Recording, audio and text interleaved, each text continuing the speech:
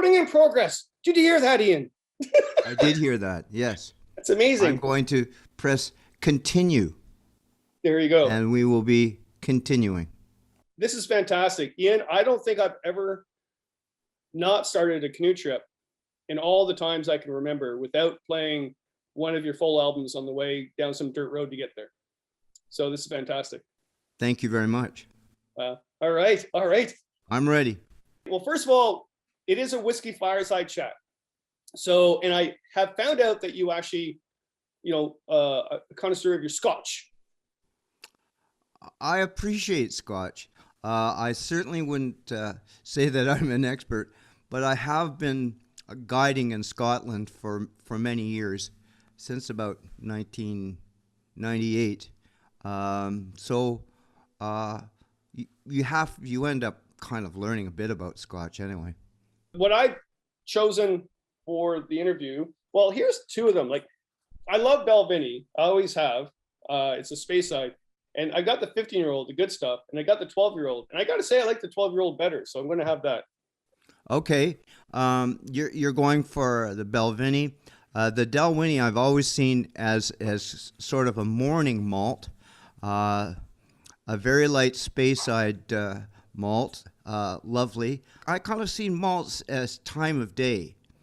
And I know, for example, maybe the best malt I ever had was at 3 o'clock in the morning after driving back from Peterborough. I got to Ottawa, and they were just cleaning up at my pub. And there had been a long music night there, so I went in and sort of under the table got a Lefroy. Most times, if you drink it straight, will give you a bit of the shivers. It's kind of like a old wooden cross-country ski that's just been freshly tarred going down your throat. But at 3 o'clock in the morning, there was no resistance, and it was the most wonderful drink of single malt I've ever had. It's very peaty, and when you open up the bottle, the whole house smells like it. So it does, and if you're on a single malt tour on Islay, the room, when they give out the samples, the room just fills with the aroma of Bowmore or Ardbeg or Lefroy or Lagavulin. But my favorite, and I didn't get it today because it wasn't at the SAQ, I wanted to get some 12-year-old Coolila, which is my favorite malt. It is by far my favorite malt. But they didn't have it, so I opted for another Islay malt, it's a rather recent distillery, Kilchoman, and it's from the outer part of it's called, I think it's McMaster Bay or something, Macure Bay, and so it started up in 2003, which makes it a really new distillery on Islay. Well, I've never tried that. It's so great to go to Scotland and try all the new ones too. I mean, when they say new, it takes 12 years or more before it becomes a new whiskey. But I think it's even more than that. There's another distillery, Ardenhoe, which just started up on Islay, and I think it's 20 years in development. From starting everything off, getting the building, everything else, and that's a large financial commitment, isn't it? I mean, to think about it, that you're not going to see anything for 20 years. I do remember one time I was in a town just outside of Glasgow, a place called Paisley, and there was a fire on the river, and it turned out it was all grain alcohol. And it was almost like a national tragedy, because the grain alcohol is 50% of what goes into a blended Scotch. So they were having a day of mourning there. Yeah. Now for blended, I do like Famous Grouse. I think though, but it's all memory's sake. It's the time where I spend the time in Scotland. My cousins, that's what they drink. Like if I was side by side with Highland Park or Balvenie or Famous Grouse, I don't think I could tell the difference. To tell you, especially if it was black grouse, that might be it's a bit more peaty, but like Famous Grouse is an excellent Scotch, and so is another one. I always pronounce it wrong, but is it Tibeg, which is kind of a blend of single malts. Yeah, I have got that on the shelf here. It's actually not that bad. And really, are you going to drink the good stuff every single day? I don't think so, right? So yeah, No, no, that could develop a habit, yeah, that's right. an expensive habit. That's true.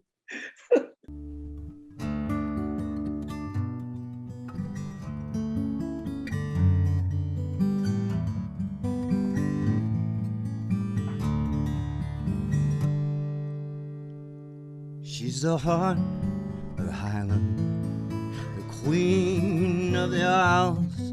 She's the light after storms. She's the air. If you get lucky, you may come to know her, 'cause she got the angel share. And there's something about that light in her eye. It could be in the toss of her hair.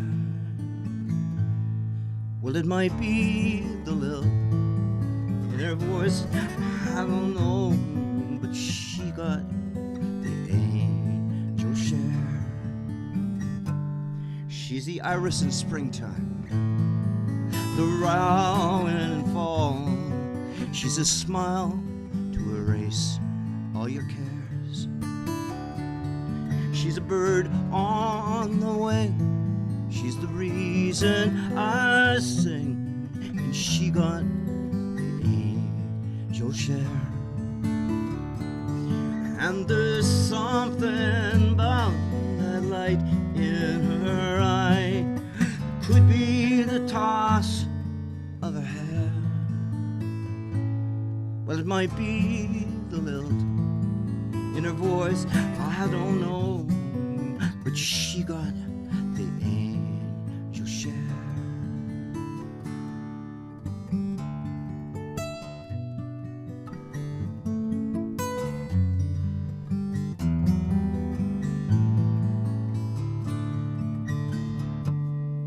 Now the question, of course, how will she survive being mostly of vapors and air?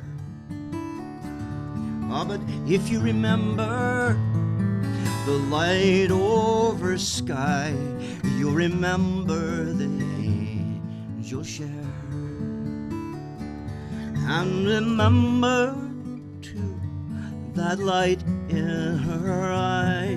Remember the toss of her hair. Well, it might be the lilt in her voice, I don't know, but she got the angel share.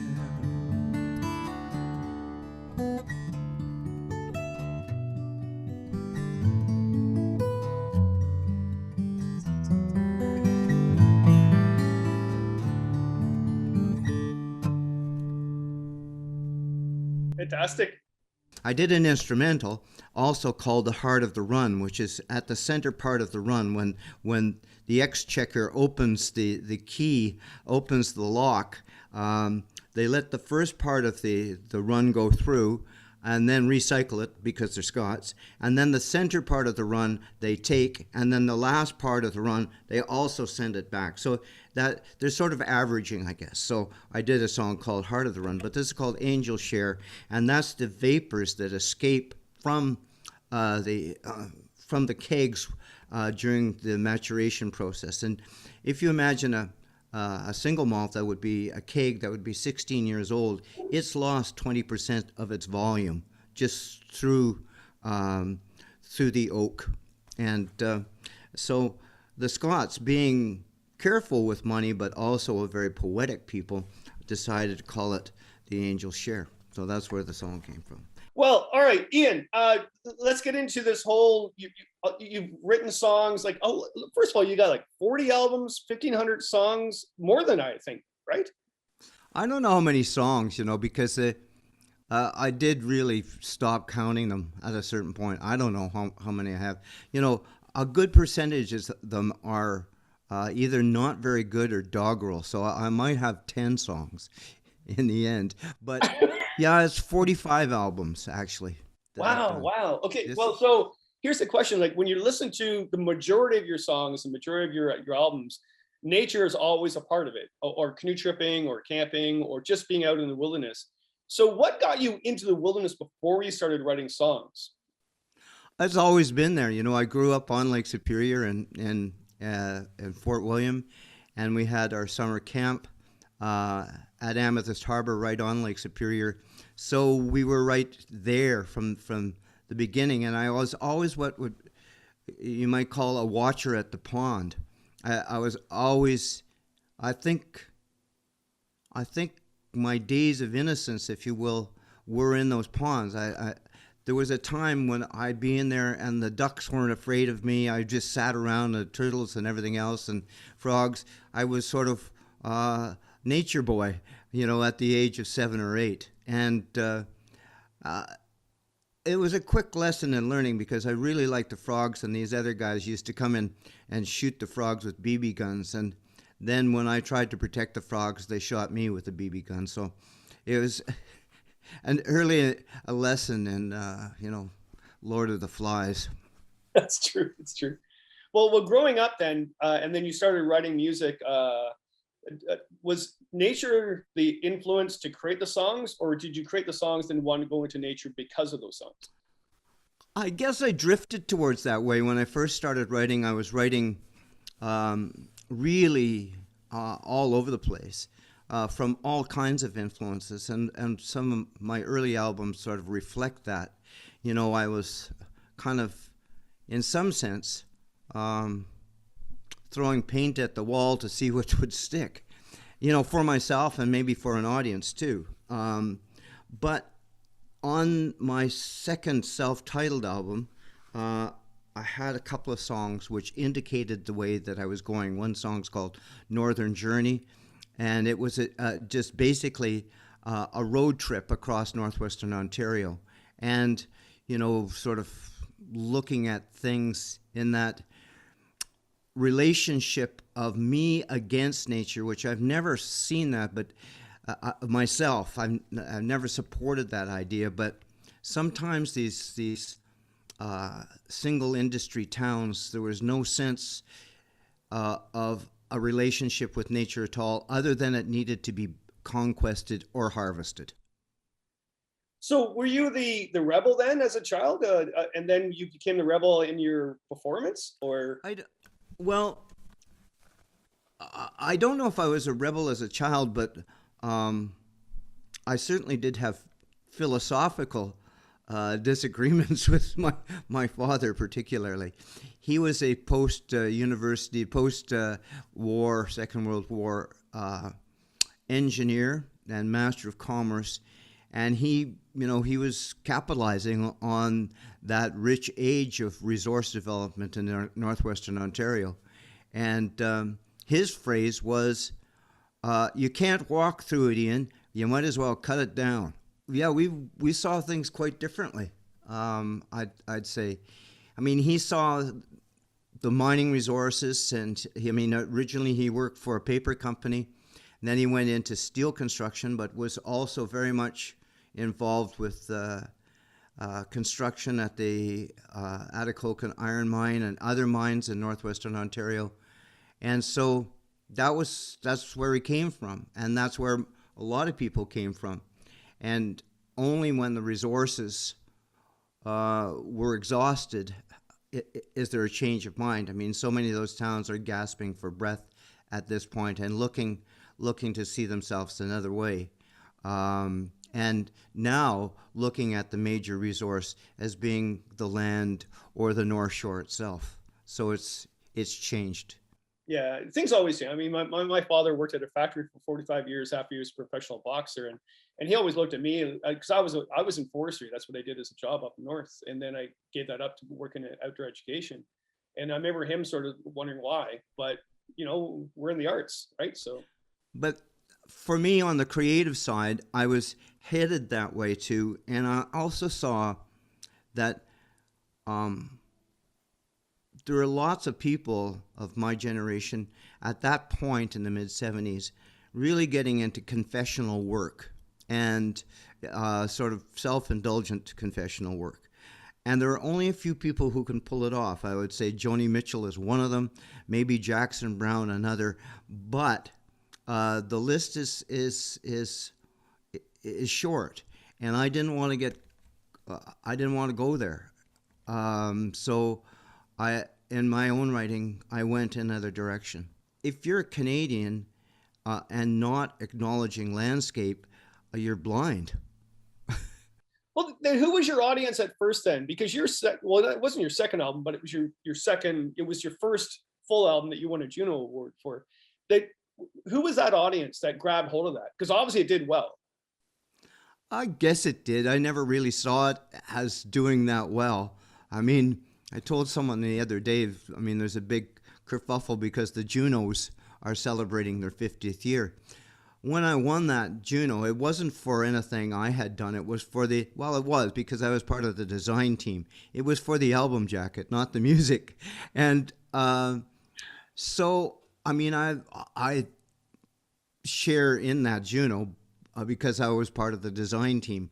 But I have never really looked at awards, particularly the Juno Awards, as being the thing, the symbol that they've been mythologized as.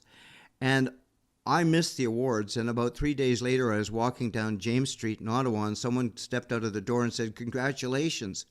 And I said, "For what?" So I wasn't all that interested. I don't know, my demographic was baby boomers, I guess, and remains so. But as I was coming into the scene, the coffee house was dying.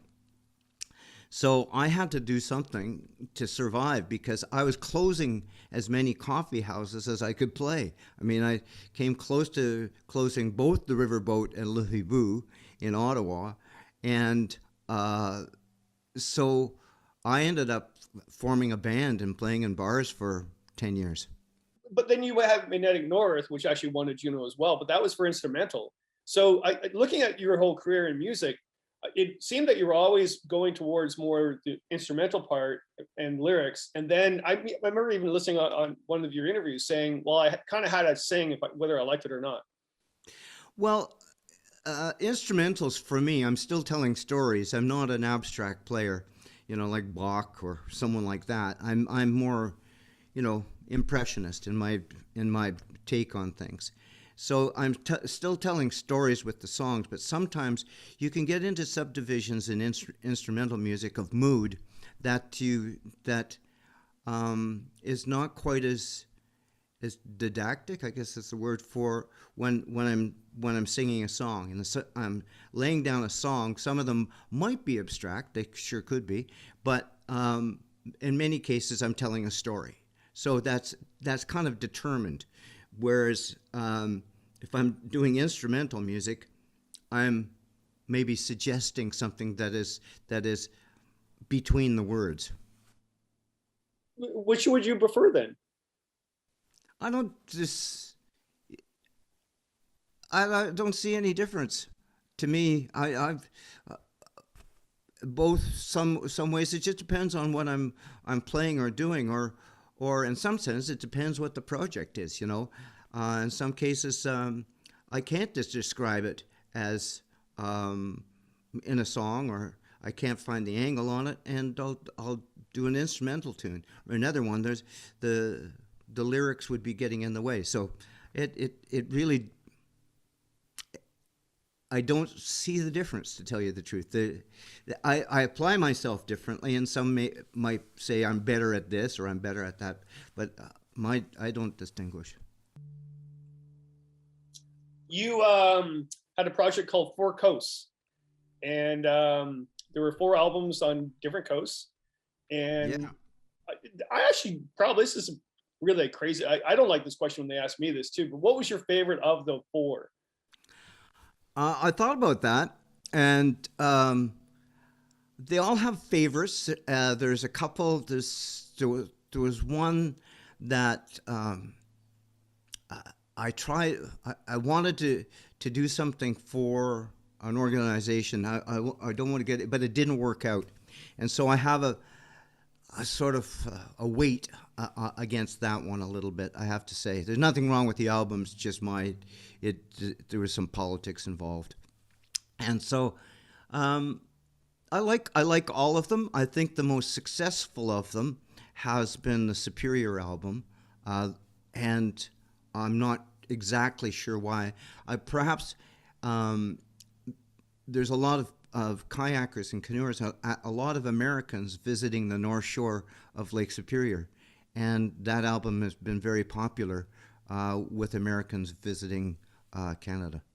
But your music, whether it's because you grew up in Thunder Bay or because you paddle Superior, whatever, it really connects. I mean, I would never go on a canoe trip on Superior without listening to your full album before I went out to the access point. That's much appreciated. I like the Arctic album a lot. There's some chances taken on that, and there's some the production's is good on it, and the same with the Labrador album. There's some, I'm just each child. Each album is like a child, and sometimes the troublesome child you care just that much more for. It just depends. So that's a hard question to ask, but there's parts of all of the albums that I like. I'm really glad I did it. At the same time, when I took it on, it was really the fading time of people's interest in that kind of either a national look at things, or there was an ebb and flow in the interest in that sense of landscape. So I wouldn't say that any one of them sold particularly well, but I'm still glad that I did it. I think now, in part because of COVID, that relationship with landscape has returned as people are trying to find. I know that the campgrounds are packed, and people are tripping in various vehicles and so on. So that sense of country and landscape, I think, is probably on the rise again. But when I did those albums, it was at its nadir, and I questioned myself why I had started it or not. But I was committed to it anyway, and I was committed a long time ago. It was one of my it's a longer answer, but if you'll indulge me, a number of years before, I live in Chelsea, Quebec, and I used to cross-country ski down to the store to get my mail. And on the way, I crossed Crawley Fields. And Crawley Fields was where the first television series, Radisson and Grossier, were shot, and the RCMP series was shot. So I was actually crossing across cinematographic history, and virtually every river ever located by Radisson and Grossier was Chelsea Creek. It was quite hilarious. But also, Judy Crawley lived there, and she and her husband Budge Crawley were involved in these television series. And talking to her was just fantastic because she had been all over the place. And one time, I was in her house, a log cabin that had been used in the RCMP series. I looked up on the wall, and there was a biscuit container, and the biscuit container said Franklin Expedition, 1845. I went, man, that's interesting. It's a great facsimile. She says it's not a facsimile. She found it in 1947, I think, the year that I was born, on the tundra, just a cairn broken open by a polar bear, and there as it was from 1846, 1847 to 100 years later when she happened to pick this up. Wow. And so I said, that's incredible. And she said, Ian, get out there. These are the stories that are out there across Canada. So in some sense, I followed her advice.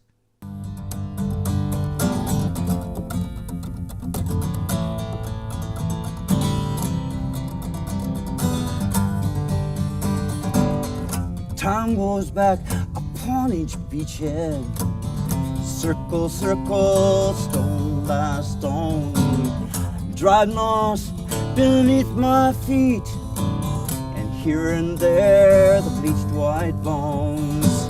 This place alive with spirit moving, weathered faces sing aye songs. Life and death, they dance together, drum dancer spinning round and round. That is incredible. Yeah, and you do grab the stories all over the place. I mean, yes, we all like the ones we know of like Woodsmoke and Oranges, Campfire Light. It all connects us to Superior, to camping. But if you look, even your instrumental stuff, or actually that Angel Share, the other one you talked about, really fantastic instrumental. When Woodsmoke and Oranges came out, was that your one that got you your name out? Was that the song? I think I had a few before that. I mean, it's hard for me to speculate on these things. You know, it's hard to it really is hard to know what was your best or anything like that, because you have your own, and so, again, some of your children that are starving, you still go, oh, take a look at this poor child, you know. And I have a tendency to do that with songs. But I guess I had a couple of covers before that. One I have to acknowledge was in about 1974, Sylvia Tyson did a song of mine on her television show. And that it was Long Lost French Cafe. And that kind of launched interest by others. It's a wonderful thing when other people do your songs. It's like posting a bond. And it's an affirmation to others that it's okay to listen to this guy. And so that really helped, that song. And then there was another song that Prairie Oyster did, I think, for a while. And Willie P did it, called Guitar Truck Driving Man, which I'm not so enamored with. But it was, you know, as I said, I was kind of throwing things at the wall at the time. And then after that, I guess there was a song called Take Me Home. And then, so Woodsmoke and Oranges came in quite late in the game. You know, it was 91, 92 when I wrote that song. Oh, wow, really? Okay. Yeah. Was that your love affair with Superior? Is that what that song's about?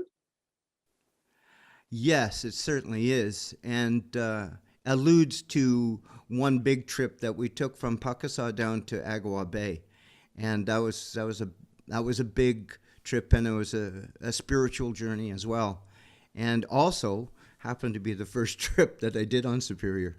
That was really? I think 73, 74.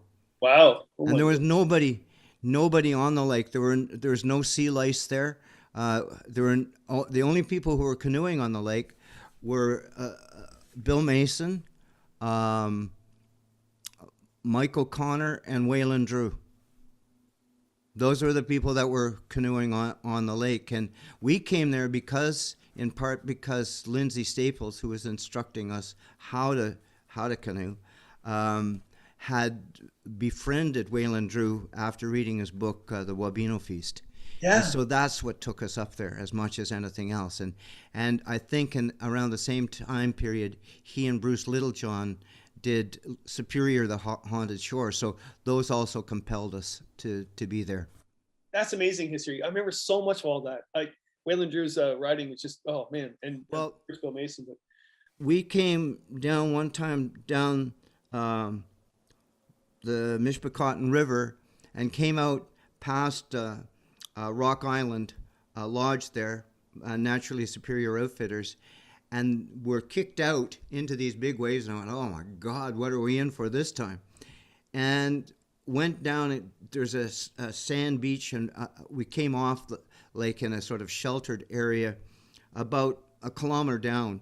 And there were two tents there, and one was Bill Mason, the other one was Waylon Drew. Oh wow! Well, I was going to see if you wanted to play Woodsmoke and Oranges, but you're talking so much about this is your new album. It is, right? And you have a song that basically what you're talking about is in here. For the Love of a Lake. Oh, I can't do that one right now. I'm all ready to go with Black Spruce. Is that okay? Oh, Black Spruce, I love that song. Now, was Black Spruce before Woodsmoke and Oranges? About the same time period. Okay.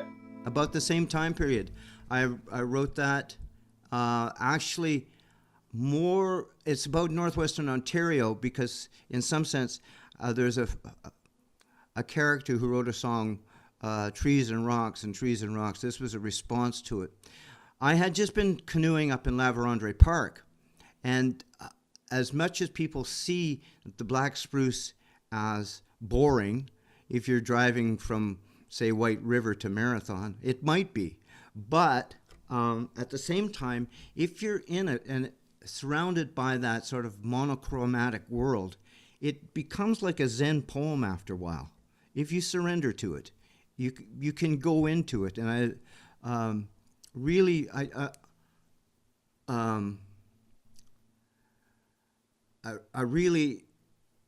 enjoy that part of river travel. You know, the reflection in the water of the trees above, and you're sailing in the clouds sort of, and in the trees. I'm not going to do it on that guitar. I'll do it on another guitar. How many guitars do you own?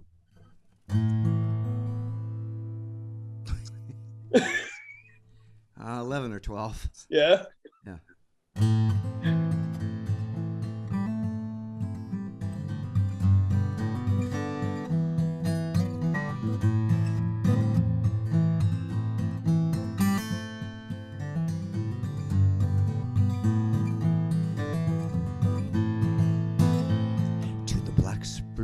Black spruce, heart of the northern river, through the glass all ripple, clouds and trees I know. Black spruce, onward ever deeper, calmness, restless heart, through the restless soul. I am the raven high o'er the river, I am the black wings carry me home. I am the night sky, deeper and deeper. So many stars, always alone. To the black spruce, heart of the northern river.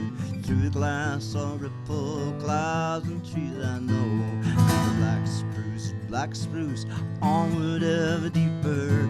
Calmless, restless heart, soothe the restless soul. I am the windside night through the jack pines. I am the flurry of birds on the wing. I am the whisper at the heart of your calling. I am but a heart beat pounding to the black spruce, heart of the northern river. Through the glass all ripple, clouds and trees I know. Black spruce, onward ever deeper, calmless, restless heart, soothe the restless soul. I'm the storm clouds building. I am the fury, the thunder, the light. I am raindrops, birds' song, sing the morning.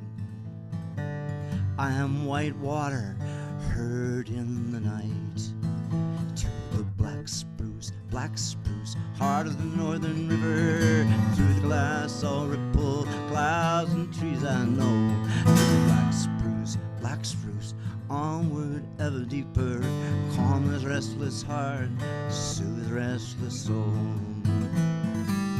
I am these things, all of your longing. All of your questions, ask me no more, for I am the whisper at the heart you're calling. Comfort your heart and slip through the door. That's the black spruce, heart of the northern river. Through the glass all ripple, clouds and trees I know. Black spruce, onward ever deeper. Calmness, restless heart, soothe the restless soul.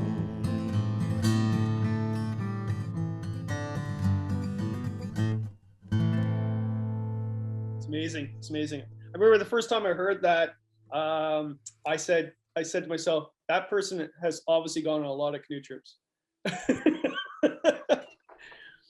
You wrote an album, The Body Needs to Travel, right? And so obviously you've traveled a lot. You've gone all over the place.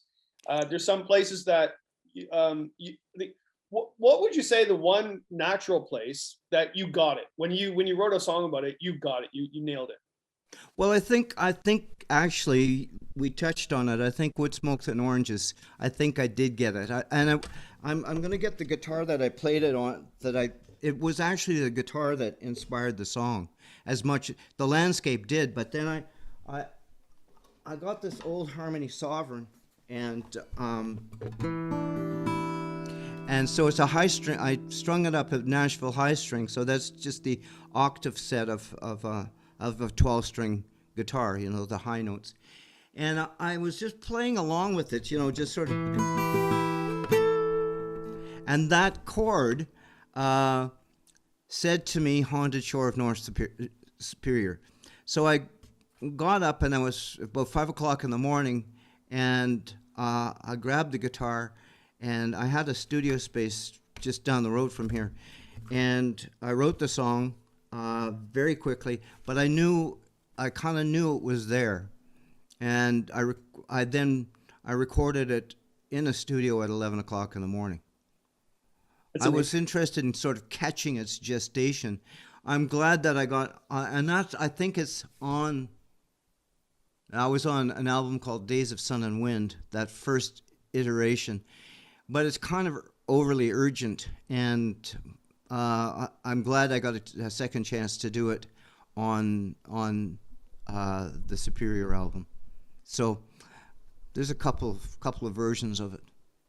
And there's also a choir version too. I know there's you just have to Google your name and that's what comes up, Ian. How many people did a cover of that? Woodsmoke and oranges at the old canoe. I would cross the inland ocean to be back to you. No matter where I go to, it's always home again. To the rugged northern shore and the days of sun and wind. In the land of the silver birch, cry of the moon. There's something about this country that's a part of me and you. Well, I think there's been 40 or 50 choirs have done it. And I had a funny circumstance a few years ago, and the only time I've ever played in Italy, was doing a concert, and a woman came from Sardinia, I think, where there had been a music festival, and some choir played Woodsmoke and Oranges. So she came to see me from Sardinia because of a choir had done that song. Did you understand that when that started happening? The choirs were actually singing that song, or was it just sort of like? Well, yeah, Rebecca Campbell did the arrangement for it, and we sent it off to Cypress Music, which is a choral publishing company. And so as it started getting around, we knew it because we would get notice of it, and we get royalties occasionally. So and then. I forget the guy's name. He was a big choir director in Manitoba, and he kind of endorsed it. And there was a mass choir here in Ottawa a number of years ago. And so I got to hear 450 people do that song. So that was quite a thrill. Oh, that would be amazing. Yeah, boy, you would think. Do you think when they're singing the song, they actually dream of paddling Superior while they're singing it, or are they just... Well, it's kind of fascinating because this winter, a women's choir college in Texas took it on.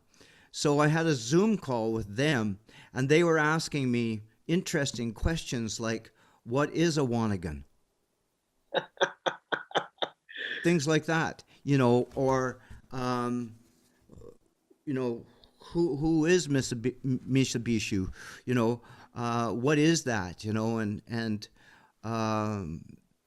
it was kind of fascinating to talk with them. So, but I guess in some sense they're getting some of that out there-ness of it. I hope they are anyway.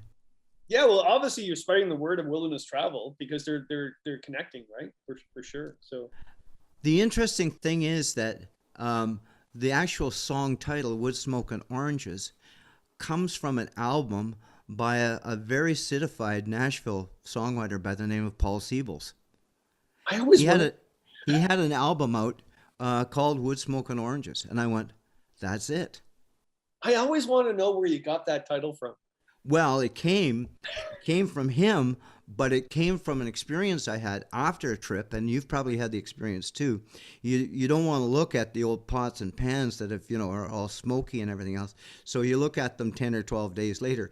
Well, there had been an orange in the pack, and I opened up the pack, and it was wood smoke from the fire and these old pots and pans and the orange, and the wafting up. It's just like a malt will take you back. Well, that took me right back to the shores of Superior, and maybe the best lunches, that you could ever have on the top of a canoe was my favorite one. I'll tell you is some cheese, some nice old cheddar, a tomato, and some smoked fish on some of that Eastern European dark pumpernickel. Seriously, it took me 20 years. That puzzle has been in my head because I'll listen to that song and great song. I don't get the whole orange thing.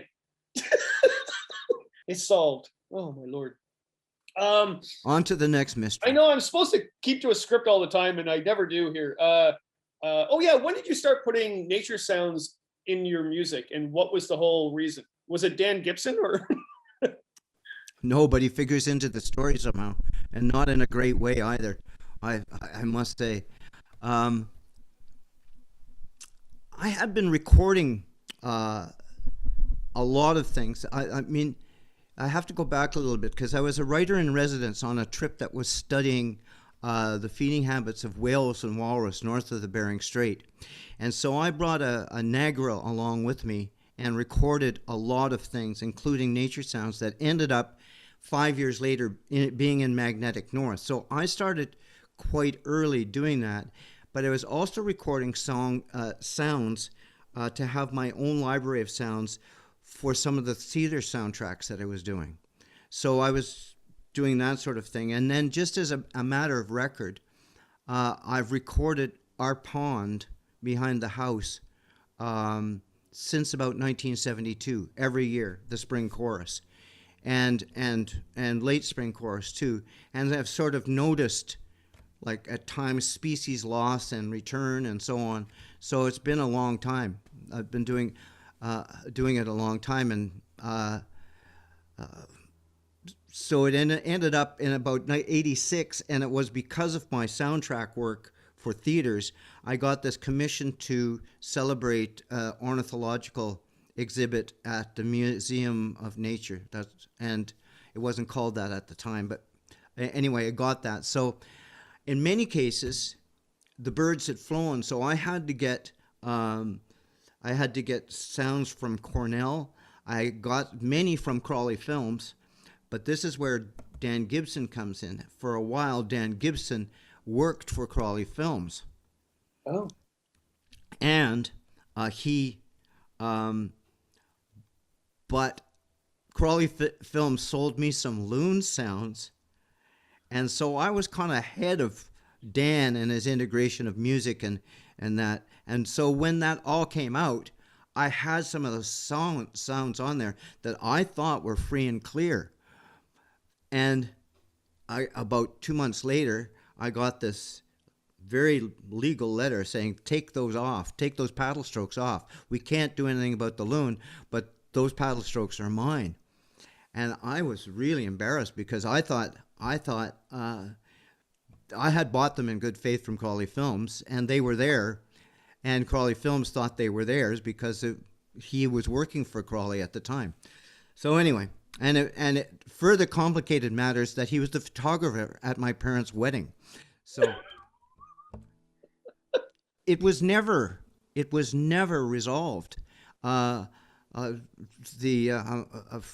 The Gibson family sort of maligned me and thought I had stolen their stuff for years, which was not the case.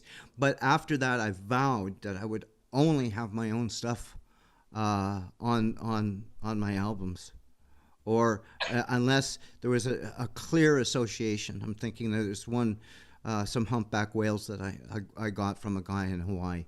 So, but yeah, that's the story. So I didn't mean to run afoul.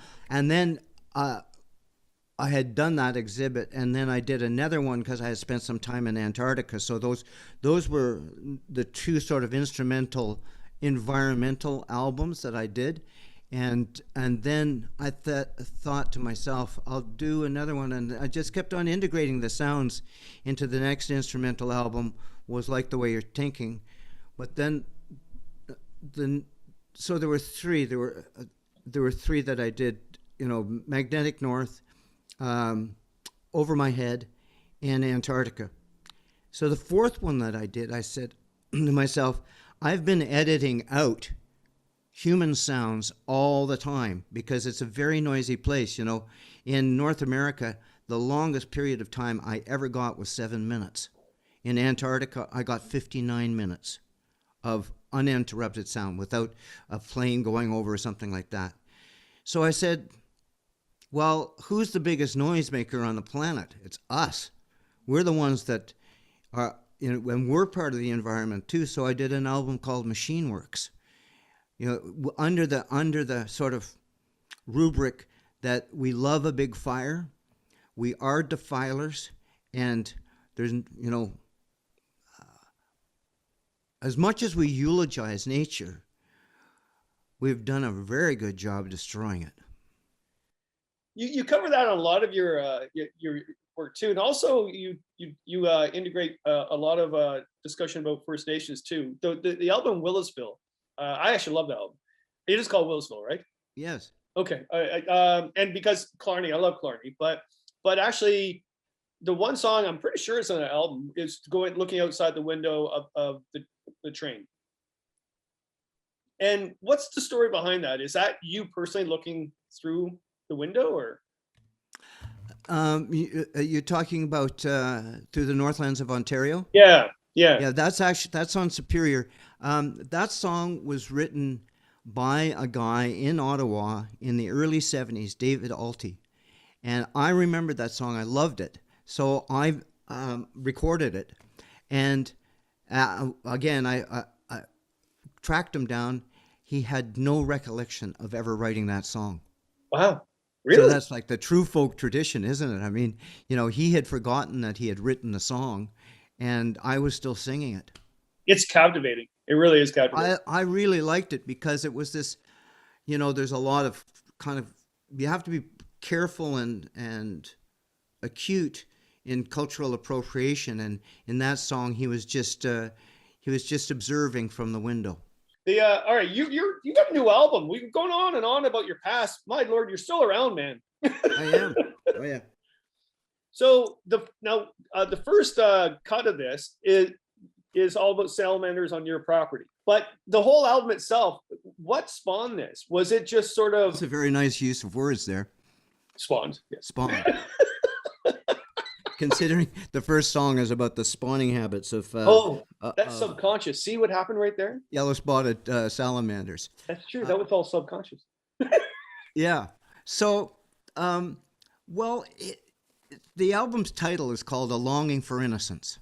And in some sense, it goes back to your very first question. I was, and I still am, a watcher at the pond. In that sense, I long for that innocence that I had back then, still. And in the middle of these COVID times, is my belief that we're under more than one pandemic. We are under the influence of Donald. What was his name? Anyway, we were, and so that's one thing that was over us. We've got climate change, and we've got we've got this pandemic, and so it's not just one thing. In the middle of it, I was sort of longing for just a simpler way. And there's another song on there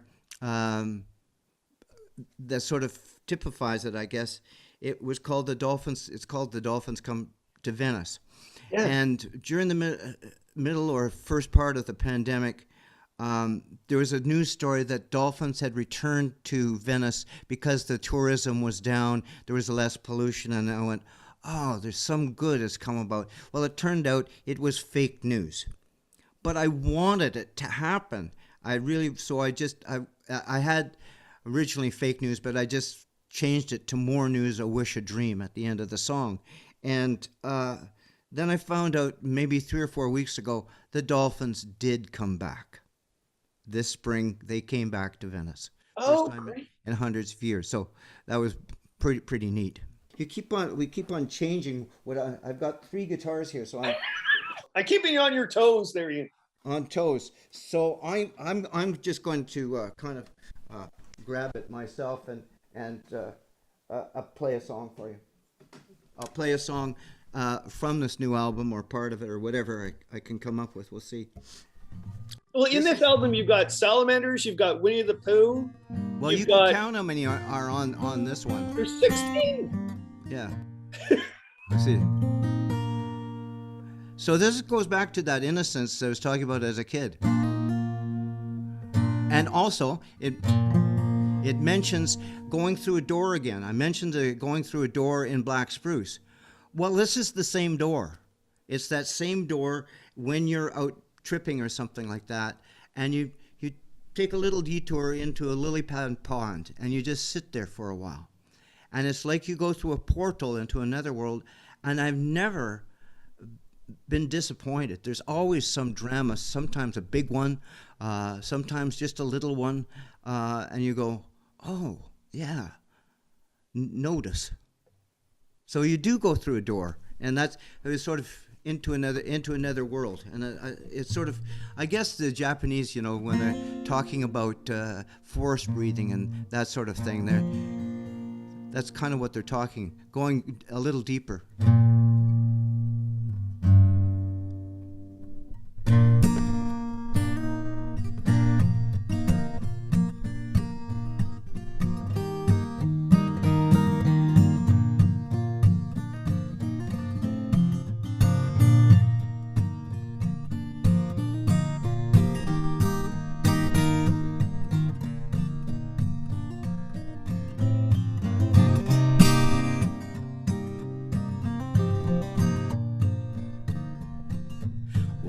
Beetle bumping car, all frogs in a pool. Come on, girls, don't be afraid, I ain't after you. Snapping turtle, mossy back, stinky mean as well. You've been around as long as me, you'll need a harder shell. Gliding down Water Lily Road, gliding down Water Lily Road. Minnows dam the dapple life, you've come from the shore. Mysteries lurk down below, some of them not nice.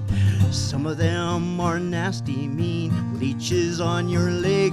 I'll bite your toe, the crayfish said. Now be on your way, gliding down Water Lily Road, gliding down Water Lily Road. Fisher King, flashing through, chatters on his way. He lights upon a leaning branch, a vision of Monet. Done the flower cups, and the flower cups so wide. Deer nodding from the shore, and a heron caused fright. Riding down Water Lily Road, and wading down Water Lily Road. Damsel flies joined in flight, a crisscross dragonfly. Clouds sail gleam world, and the summer breeze a sigh. Sun glance off the turtle shell, a deer nods from the door, and someone's calling down the lake. Who goes through the door? Gliding down Water Lily Road, gliding down Water Lily Road. That is a door for sure. That's fantastic. And do I remember reading the because there's so much information given to you in this album, like it's 16 tracks, but you've got all the information. Was that in Killarney? Yeah, it is. Yeah, just you go in past at Frood on the western side. It's on the west side of Killarney. You go in at Frood, and then you do about a 2-mile portage over into what is it Carmichael. It's just a little lake, and they've named it Carmichael. I don't know if it has an official name. And then there's Nelly. So yeah, that's the territory where it came from. I think that's why I like that album, Willisville, just the name itself. I reconnect with the land when I'm listening to it, or even just looking at the album cover itself. It's because that area. Now, your album covers are very full of art. Like every single one of them, it's like, oh, that's different. Oh, that's different. That's always been the case, or? Yeah, it's always been a choice. I mean, to me, it's fun to involve other people from different art forms in your work. You know, it becomes cumulative in a sense. And so I've always taken the opportunity, whether it's photographers, painters, ceramicists, so on. In this case, it was my son, Matthew, had been to Mexico last year and was doing some drawings sort of based on some of the paintings just south of Mexico City. And so he was doing these fantastic animals. And I said, well, I've got a fantastic animal. Could you do a salamander? So he did. That's and then great. he did a turtle. Like that. And and so we put it together that way. You recorded this during COVID. You had a whole bunch of other artists involved, like you say you do. That can't be easy. It wasn't easy in that there was various lockdowns, and even in Western Quebec, we weren't allowed to drive, say, from the Gatineau to the Outaouais, never mind going across the bridge into Ontario. We were really locked down, and I was doing this album in the Pontiac, so I had to go across the escarpment and then some back roads to get there at times, just to get it done. You know, I thought it was essential work, but I didn't want to leave that to the interpretation of the QPF. It used to be a bit of a joke, you know, when he phoned it in, and that sort of meant, well, he didn't really do his homework or didn't put the work in. But now you can phone it in. You know, so Dana Manning, who is a brilliant vocalist from Stratford, Ontario, I'd always wanted to work with her. And so she recorded her parts in her studio and sent them in. And then you have a click track or a grid that you're working for, and then you line them up to the grid, and away you go. And it was the same with the kids in the choir. There were 3 kids, and I had them, because I couldn't get everybody in the choir. That was just logistically too much. And they each had tape recorders. They had my version of the song with a click track going in it, so they sang to the click track. And I had each person, there were 3 of them, each person sing it 5 times. Is that the Soldiers one? Is that Yes. what we're talking about? Yeah. That's a cool story. Can you explain like how that all happened with them? Well, I was teaching a course, a songwriting course to teenagers that was sponsored by Blues Fest in Ottawa. And so there's one thing, was coming close to Remembrance Day. So I gave this one guy, Simon Gillian Brady, a book of group of 7 artists' paintings during the war. You know, A.Y. Jackson, Farley, and Harris also, although I don't think Harris did not go overseas, but he was a wartime painter as well. So I said, write something. So he started something, and then I added my own melody to it and flushed out the song a bit more. And then I played it for the director of the Chelsea Youth Choir. She said, well, we're singing a song at the Remembrance Day at the Pioneer Cemetery in Chelsea.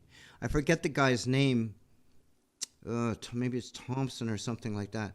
But he was in the Boer War, and he was the first guy to get the Queen's scarf.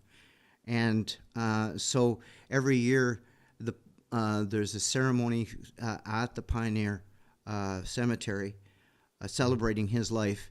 And the planes that go over Parliament Hill come over our cemetery as well. So they sang it there, and that was the beginning of it. That's fantastic. That's fantastic. If you think about your audience now, because I've heard you through the years sort of say that, you know, the baby boomers and the people that listened to you like 20 years ago are the people that listen to you now. I'm not sure if that's the case in one sense, because I was driving around with my daughter. She's 16, and imagine she likes playing her music, which I think is fantastic, the music she chose. But I said, hey, I have to listen to this album because I have to do an interview in a couple of days. So can you listen to this for me? And you think about it, a 16-year-old daughter, what song do you think was her favorite of the 16? You Could Be? Actually, that's a good choice, but no, it was the Winnie the Pooh one. The Winnie the Pooh one. Oh, yeah, and you know why? And I guess it resonates with maybe why a lot of us like your stuff is that she remembers going to that town and seeing Winnie the Pooh, so that connected to her. That's why she liked that song. So maybe that's why we like the song about Pakasaw or Campfire Light or whatever. But well, in some sense, the song about a picnic in White River is like an absurd accompaniment to a canoe trip. I'm not sure how I can explain it, but you know, when you're going on a canoe trip, you always rendezvous or meet up at some greasy spoon or some absurd place and then you go to the sublime, you know.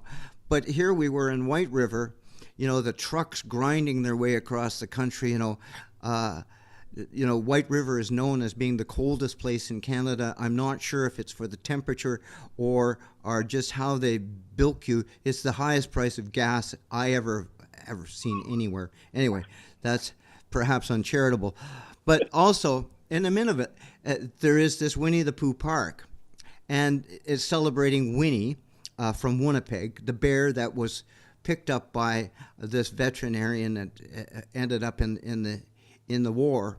And then A. Millen and Christopher saw the bear in the London Zoo, and that's how it became Winnie the Pooh.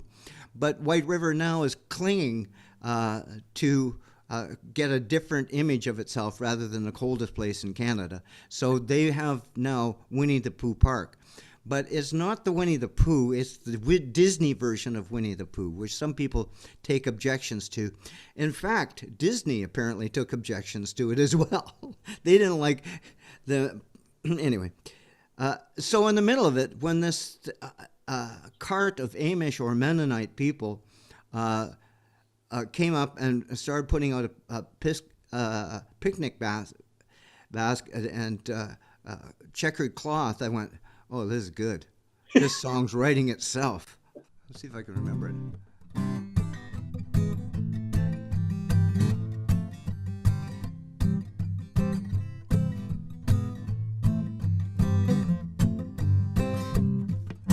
The Mennonites had a picnic, are in their Sunday clothes. Maybe it was Saturday. There's so many things that I don't know, but I think that it was Sunday. And they had on their clothes in a picnic in White River with a Pooh Bear, I suppose. The boys held up by braces, white shirts and broad-brimmed hats. Mom was dressed in calico and Dad was dressed in black. A horse and cart stood in the shade like a picture long ago. Picnic in White River with a Pooh Bear, I suppose. A picnic in White River with a Pooh Bear, I suppose. Mom brought out the tablecloth. Dad brought out the fast box. I ate my chubby chicken in that parking lot. And the cars were their Jake brakes, and the cars wore north and south. The Mennonite family had a picnic with a Pooh Bear, I'm no doubt. And the Mennonite family had a picnic with a Pooh Bear, I've no doubt. Anybody that's been to White River, they get that. What is the one piece of nature or one wilderness area you just didn't get yet? You just didn't nail it yet? All of them. And that brings you back.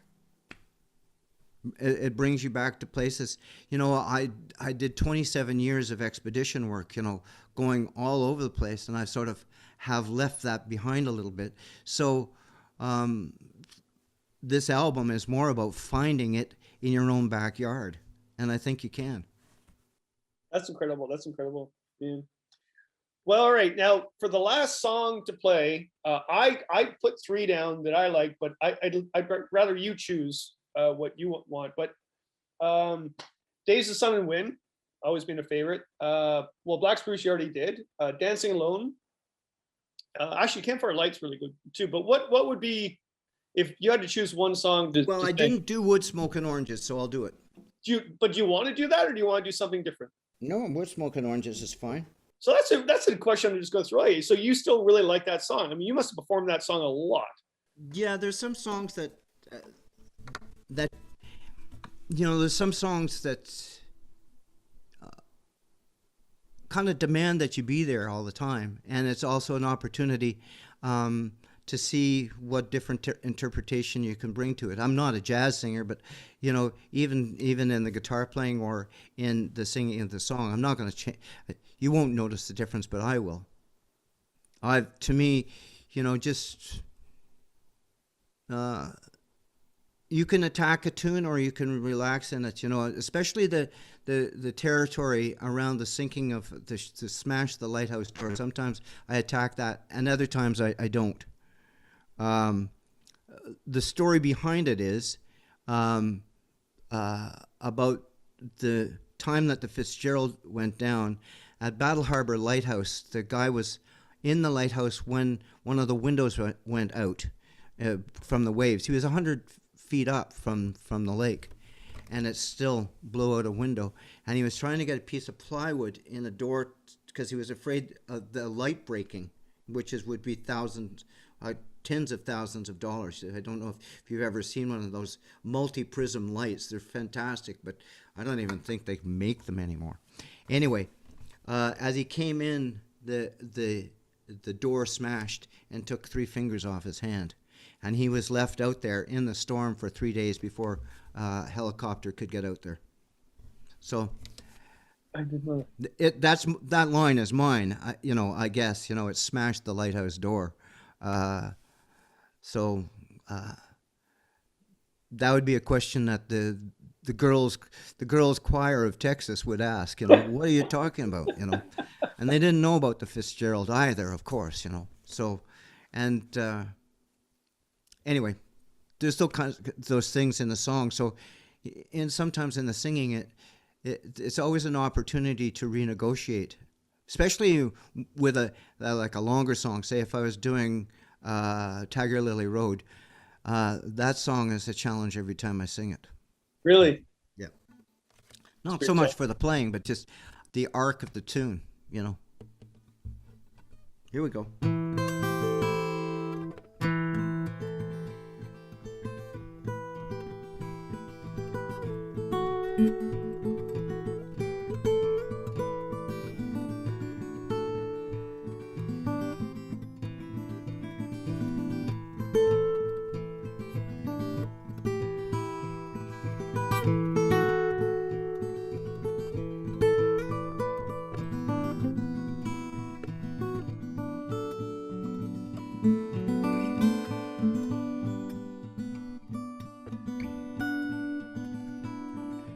Woodsmoke and Oranges, path of old canoe, I would course the inland ocean to be back to you. matter where I go to, it's always home again, to the rugged northern shore and the days of sun and wind. In the land of the silver birch, cry of the loon. There's something about this country, it's a part of me and you. We nosed her in by Pickasaw, out for 15 days to set paddle and the spirit at the mercy of the waves. The Wannagans were loaded down and a gift left on the shore, for it's best that we surrender to the rugged northern shore. In the land of the silver birch, cry of the loon. There's something about this country, it's a part of me and you.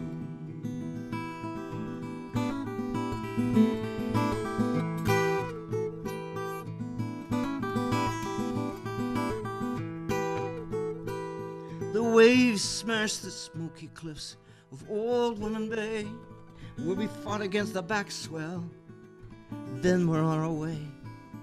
I talk to you of spirits. By the vision pits we saw them walk the agate beaches of the mighty Gargantua. In the land of the silver birch, cry of the loon. There's something about this country, it's a part of me and you.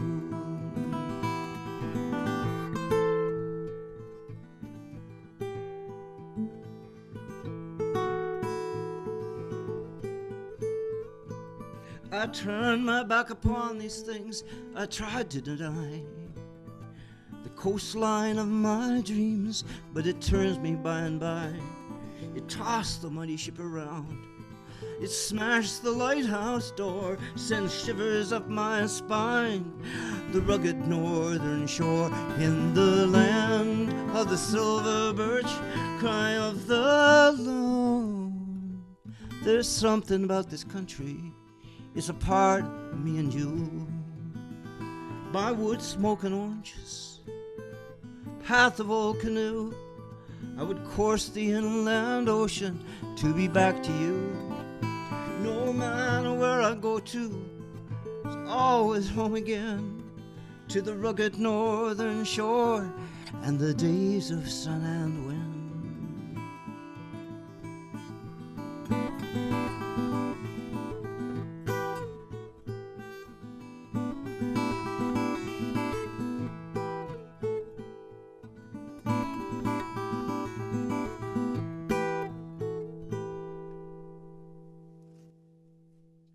I'm packing my paddle right now, Ian. I'm gone. I'm up north. I'm going. That's fantastic. That's fantastic. Well, cheers, sir. Thank you much. Mine. Well, I've still got a little bit. I got a little. Yeah. Who am I going to drink with now that you're gone? Next time we meet, we're going to actually have a real fire in front of us. I look forward to it. Yes. Thanks very much for the opportunity to talk with you and play for everybody. Oh, it's fantastic. Yeah. Keep in touch. Cheers, sir. Thank you very much. I think you've got the better whiskey today, too. Just saying.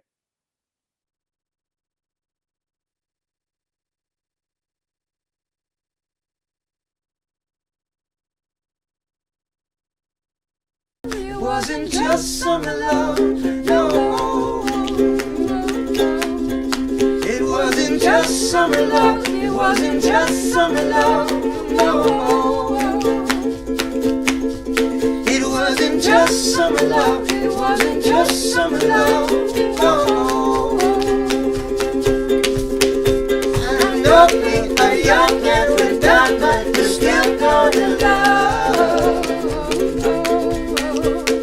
Lovely, a young and we're done, but we're still gonna love. I'm lovely, a young and we're done, but we're still gonna love.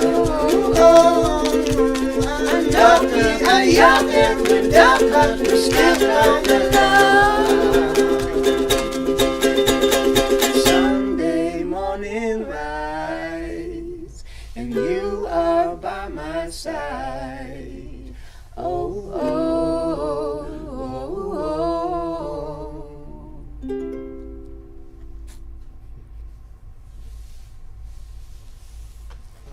think we got that. That was the one. That was the take. All right.